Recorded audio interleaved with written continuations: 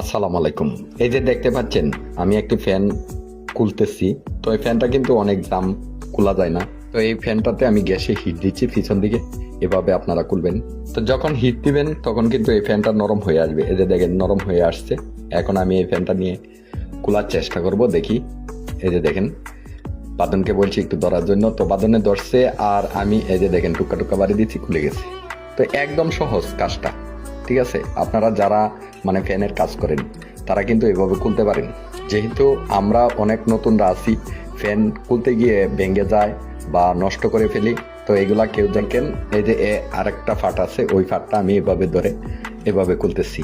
তো যখন আমরা হালকা হালকা বাড়ি দেব, তো আবার সাবধানে বাড়ি দিতে হবে যেন ফ্যানটা অন্যদিকে বাড়িটা পড়ে না যায়।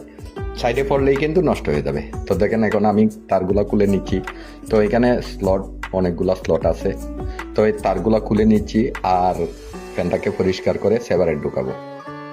তো যাই হোক, ভিডিওটা কেউ স্কিপ করবেন না, ভিডিওটা দেখতে থাকুন আর কিভাবে কাজটা করি ওইটাও দেখুন। তো আমরা এখন এই ফ্যানটাকে সেভারে ঢুকানোর পরে ফ্যানটা মেশিনে তুলবো।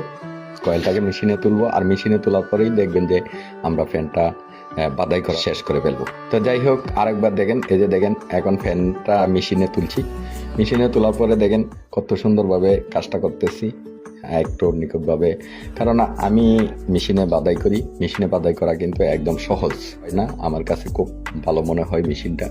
তো মেশিনে কাজটা করতে করতে আপনাদের সঙ্গে আরেকটা কথা বলি, যে ভিডিওটা যদি অবশ্যই ভালো লাগে তাহলে শেয়ার রাখবেন যেন পরবর্তীতে দেখতে পারেন। আর কারণ এটা আমার কাছে আপনার নতুন যারা আছেন, নতুন যারা ফ্যানের কাজ করেন তাদের জন্য মূলত এই ভিডিওটা তৈরি করেছি। আর যারা কাজ জানেন তারা ভিডিওটা দেখার কোনো প্রয়োজন নাই, আর স্কিপ করে চলে যাবেন।